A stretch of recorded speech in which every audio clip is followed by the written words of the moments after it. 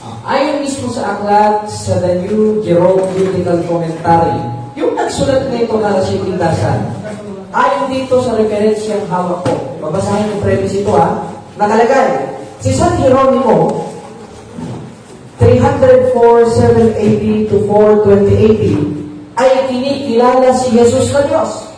Ayon sa ginamit mo na aklat, sino ang kinikilalang Diyos na San Jeronimo ayon sa aking nabasang referensya? Si Kristo o yung Panginoon? Pwede ko ako sumunod. Kategorikal mo dito. Sa ito na. Kategorikal. Talaga naman si St. Jerome Katoliko. So, hindi nagbago yung kanyang posisyon.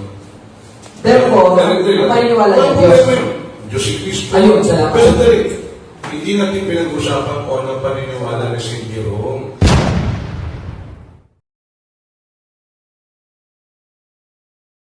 Sunod na tanong. Hindi na natin paksa kung pinabasa ko o hindi. Okay, sunod na tanong, moderator. Ngayong nabasa mo lahat, sang-ayon ka ba na meron tayong mababasa sa aklat na ito na sinabi ni St. Jerome, Christ is God? Sang-ayon ka? Sandali. Yes, Mr. no? Moderator. Doon na tayo pilit na Objection, Mr. Moderator. In fairness, Mr. Moderator, hindi ko po sinasabi kung ano paniniwala ni St. Jerome. Si St. Jerome po ay Katoliko.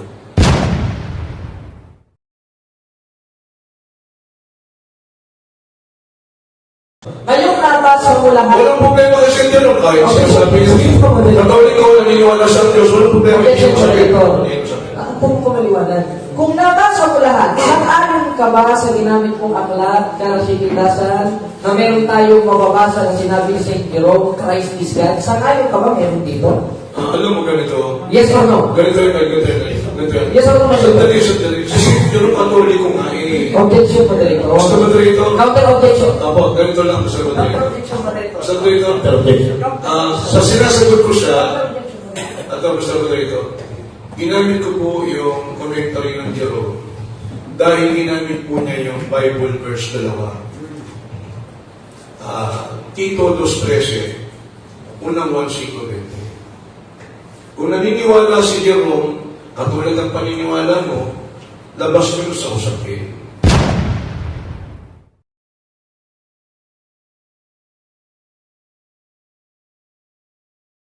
Ulit ang tanong. Sumagot na ako, Janet. Ayaw yung sagot ko. Okay. Sang-ayon ka ba, Karasin, na merong mababasa sa aklat na ito na sinabi ni Santo Jeronimo na si Kristo Diyos? Yes or no? Ulit. Yes or no? Ulit, kapatid. Intindihin mo sinasabi ko. Mr. Moderator, yes or no? Ganito, hindi. Nangiipit ka eh. Yes or no, Moderator? Ganito yan. Hindi kasi yung paksa natin eh. Okay, Hindi natin paksa kung ano paniniwala ni St. Jerome. Katoliko nga yan eh. Pareho kayo ng paniniwala.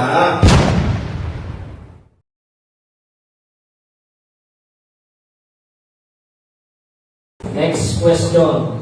Ayon dito sa page na ito, Moderator, sa binasa mong aklat, nakalagay, Christ is fully God and fully man. Sino yung fully God ayon dito sa mismong sinang-ayunan mo na aklat? Si Kristo o itong bote?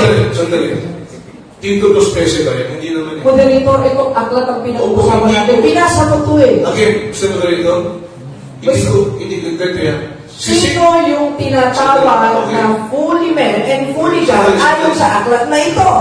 Sana maintindihan. Christ o this is the one? Sana maintindihan mo sinasabi ko. 3 minutes. Si St. Jerome, katulad mong Katoliko.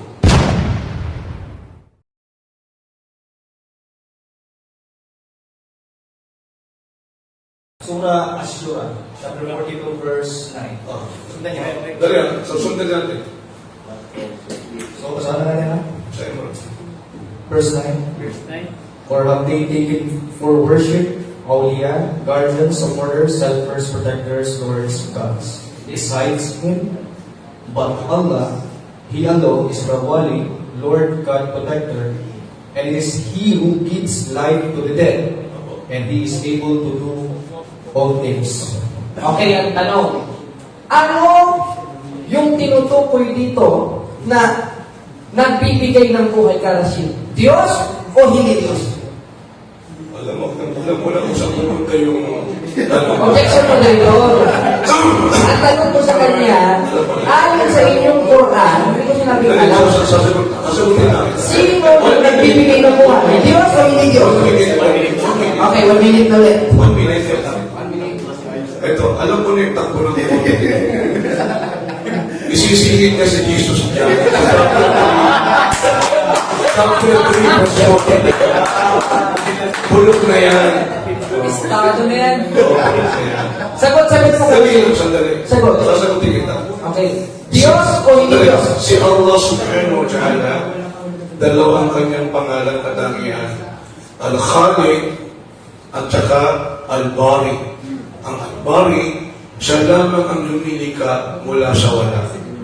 At siya lamang po, siya po talaga ang bumubuhay sa araw ng resurrection ayon sa Quran. Ayon sa inyong Quran, ang Diyos ang nagbibigay buhay. Ano naman? Ayon dito sa 11 ng 1 hanggang 25, si Kristo nagbibigay ng buhay.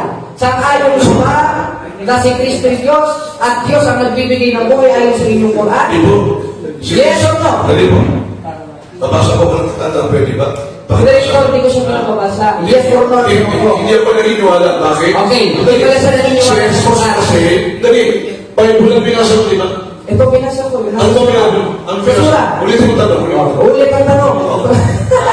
Ayon sa inyong sura, sa 42:9, ang Diyos o ang Allah nagbibigay ng buhay. Ngayon, sumang-ayon ka kanina sa tanong ko na Diyos ang nagbibigay buhay. Ayon mismo dito sa 11:25 ng 1, sino yung tinawag dito nagbibigay buhay na ayon sa inyong Quran ay Diyos? Ganito. Si Kristo o ikaw? Ganito po yan. Ganito po yan. Pwede sumagot, Mr. Si Kristo o ikaw? Ang tanong ko kategorikal. Si Kristo o ikaw? Hindi po ako naniniwala sa Okay, hindi na sagot. Sabi po sa 1 minute. Kung ayon sa inyong Quran ang Diyos ang nagbibigay ng buhay. Ito tanong premise ito. Ayon sa binasa ko sa 1 o sa 11:25 ng 1, Christ give eternal life. Sino yung nagbigay ng buhay sa 11:25 ng 1 na ayon sa inyong Quran ay Diyos? Si Kristo ayon sa talata o ikaw ang tinutukoy dito? Alam mo, sagot ulit, kapatid. Hindi ako naniniwala. Okay, next question. Sa 11:25 ng 1, sino yung tinutukoy dito na nagbibigay ng buhay na walang hanggan na ayon sa inyong Quran ay Diyos? Si Kristo ba o ikaw? Ayon sa talata Karashim. Sagot ko kayo, hindi ko kailangan ng maraming paliwanag. Ang tanong ko, categorical question, should be answered categorical. Muslim, nakalimutan mo dyan, Muslim ang kausap mo. Hindi lahat ng nasa Biblia binabanggit. Moderator, tinatanong ko lang ako kung sino. Hindi ako naniniwala si Sino? Jesus. Ito yan. Ito. Ako nang kayo nakita. Hindi po ko naniniwala na si Jesus po ang nagsasalita. Ito premise, moderator. Basahin ko sa Kapitulo 25. Jesus told her. Ano sabi? Si Kristo ay ang nagbibigay ng buhay. Sinabi sa kanya ni Jesus, ako ang nagbibigay ng buhay. Na ayon sa inyong Quran, yun ang tunay na Diyos. Ngayon sabi mo, hindi sinabi ni Kristo. Pag sinabing Jesus told her, anong kahulugan sa Tagalog? Sinabi ni Kristo o sinabi ni Rashid Tindasan? Moderator, sagot na.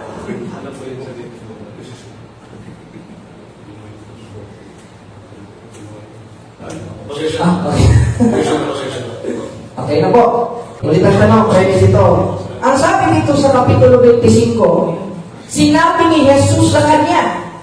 Anong sabi? Anong sabi? O, basahin natin English. Jesus told her, I am the one who give the life. Ngayon, sabi mo hindi si Kristo. Ayon sa inyong Quran, ang nagbibigay ng buhay ay ang Diyos. At kung ang nagbibigay ng buhay ay ang Diyos, at sabi mo, hindi si Kristo ang nagsabi nito, anong kahulugan ng Jesus told her? Sinabi ni Jesus o sinabi mo? Anong kahulugan? Ang kalugan ito po. May problema po sa Biblia. Moderator, hindi ko tinatanong kung may problema. Ang tinatanong ko, anong kahulugan ng Jesus told her? So, nasagot nga ako.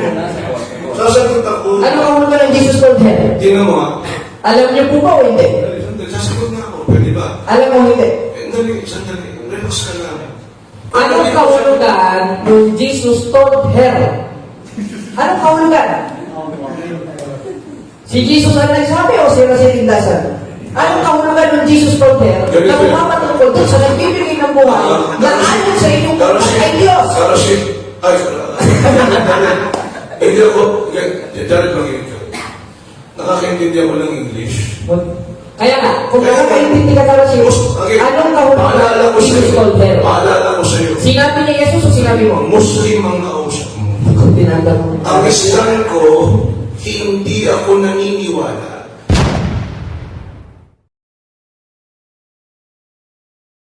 Ang conclusion ng kapatid na dyan ay proceed. Okay, ha? Salamat sa Diyos at nakita na natin na hindi ko nasagot yung ating mga ilang Ang sabi ni Garashid is very unprofessional. Yung unprofessional po ay habang sumasagot ang isang tao ay sinasapawan at habang nagtatanong po ay sinasapawan. Hindi naman po tayo ganun sa diskusyon dito. Si Garashid po ay nakakita na Nagtanong ko, 1 minutes ko. Di ba? During conclusion ng salita. Ngayon, ginasa niya itong aklat. Ano? Yung aklat niya, ipaliwanag natin. Dahil di naman siya katoliko para ipaliwanag niya. Anong sabi? Kapatid na James, basahin natin dito.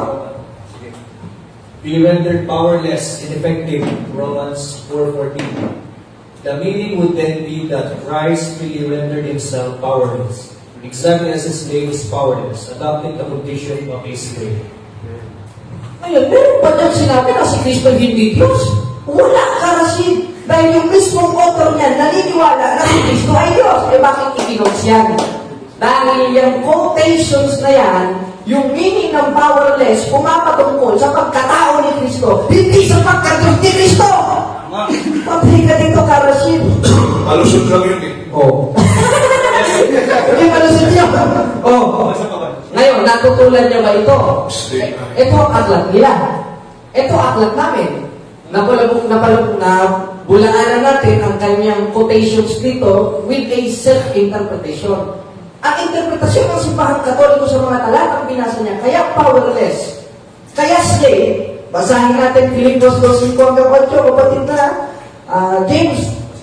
Kaya ano sabi sa Filipos 2:5-8, bakit nga ba slave? Bakit nga ba powerless? O basahin natin. Filipos 2:5-8. Isang talata lang katapat niya, tapos hindi mo binasa. Ayun ang binasa ko. Basahin mo. Buong buo yun. Filipos 2, Catholic Bible yun. basahin na po natin, ha? Filipos 2, mga talatang 5-8. Naway magkaroon kayo ng kaisipan tulad ng kay Kristo Jesus, kahit siya'y likas at tunay na Diyos. Hindi niya ipinagpilitang manatiling kapantay ng Diyos. Sa halip kusa niyang hinubad ang pagiging kapantay ng Diyos at naging katulad ng isang alipin. Ipinanganak siyang tulad ng mga karaniwang tao at nang si Kristo'y maging tao, nagpakumbaba siya at naging masunuri. Hanggang sa kamatayan, maging ito man ay kamatayan sa krus. Di lagi tao dyan. Hindi na Diyos. Moderator. Sapaw. This is a conclusion time. Hindi kita sinapawan sa conclusion. Ngayon, nung nakitulad sa tao, hindi na ba Diyos? O basta tayo ng sisisi. Senator, correction. Hindi niya pa binasa na nakitulad sa tao. Naging tao! O ano sabi? Ano sabi sa sa Catechism ng Catholic Church? Malinaw na malinaw na. Hindi, binasa ka. Naging tao. Basta dito, sumasabot talaga. Hindi, Wala sa kawan. hindi na objection, Your Honor. Walang objection. Binasa ni James, naging tao. Tapos sabi niya, nakitulad sa tao. Tama. Kaya pa po yung nakitulad sa naging tao. Ano naman tayong tutulog ka rin? Naging tao tayo. There's no objection. Basta kayo po, Beverly. Naging tao, ibig sabihin, hindi pa na tao. Sabi niya sa kanyon siya, naging tao. Therefore, Diyos wala. Ngayon, kung dapat Diyos, sinubad niya, naging tao, hindi ka Diyos. 2:9 ng Colosas, maliwanag na maliwanag, Filipos 2:5-8, nakitulad siya sa tao, hinubad niya yung pagkapantay sa Diyos, hindi yung pagka-Diyos. Dahil sa Catechism ng Catholic Church, Christ is fully man and fully God. Yan nga, hindi mo natutulan kapatid na si Tindasan, in my first stand, in my second stand. Ngayon, sa aking conclusion, pilit mo nang tinututulan. Ba't ngayon mo lang tinutulan? Hindi mo tinutulan nung under cross-examination ako. Dahil lumabas ang katotohanan, lumabas talaga, hindi sa pinto, kundi sa ating bibig. Sapagkat sa 21:15 ng Lucas, ang Diyos ang magbibigay ng karunungan. Sino Diyos? Maliwanag sa inyong Quran, yung nagbibigay ng buhay, na ayon sa Biblia, ang ating Panginoong Jesucristo. Amen! Kaya maliwanag, natindigan natin sa diskusyon na ito. At ayon sa kanilang aklat sa pahina 55, na nahirapan si Carlos Itasa, na si Kristo ay naging Diyos sa kakatuwid. Diyos na rin ang ating Panginoong Jesucristo. Amen? Oh, paano ito, Carlos? Maliwanag na maliwanag. Tinatanong mo ba? Hindi ba? This is Mr. Carlos. Paano ito, Carlos? Maliwanag na maliwanag. Letra po letra. Yung first time ko, maliwanag natin nabasa na si Kristo ay Diyos. Sa Katikito natin ng Church, si Kristo ay Diyos. Yung mga aklat na binasa mo, wala naman akong tutol doon. Dahil ang mga author ng Trinitarian, naniniwala na si Kristo ay Diyos. Amen. O di ba? Naniniwala si Kristo ay Diyos. Amen. Wala na. Ngayon, basa tayo ng mga church fathers. Yung katoliko laban sa iyo. Moderator, sumasabaw. Hindi laban sa akin. Kaya nga sabi ko, hindi ko tungkol sa sinabi niya eh. Wala akong tutol sa binasa niya. Ewan ko, ba't ginagamit niya? Maliwanag. Tutol ba ang mga Bible scholars sa sinabi ko? Hindi. Sapagkat ang sinabi ko, si Kristo ay Diyos, ang sinabi ng mga Bible scholar na kinos mo kasama si St. Jerome, si Kristo ay Diyos. Dahil wala ka namang mababasa yan na si Kristo ay hindi tunay na Diyos. Amen? Amen. O, huling talata, babasahin natin sa 2:3 ulit nandito. Anong sabi? Nahintayin niyo ang mapalad na pag-asa at pagpapakita ng kaluwalhatian ng ating dakilang Diyos at tagapagligtas na si Jesucristo, na sa Catechism of the Catholic Church 481, Jesus Christ is truly man and truly God. Amen? Amen. Nabasa na. Kaya maliwanag na itaas natin ang ating Panginoon sa Kristo. Sa Pres 14 ng 1, na kung paano itinas ni Versa sa ilang ang ahas, ay ngayon din kinakailangan itaas yung anak ng tao na ayon sa katisismo, na ayon sa aklat at mga author ng aklat na binasa mo, siya ay tunay na Diyos. Mabuhay ang Kristyanismo. Mabuhay. Kaya salamat, Karasin. Congratulations. Yung pagkatalo sa diskusyon na ito. Ayun lang po.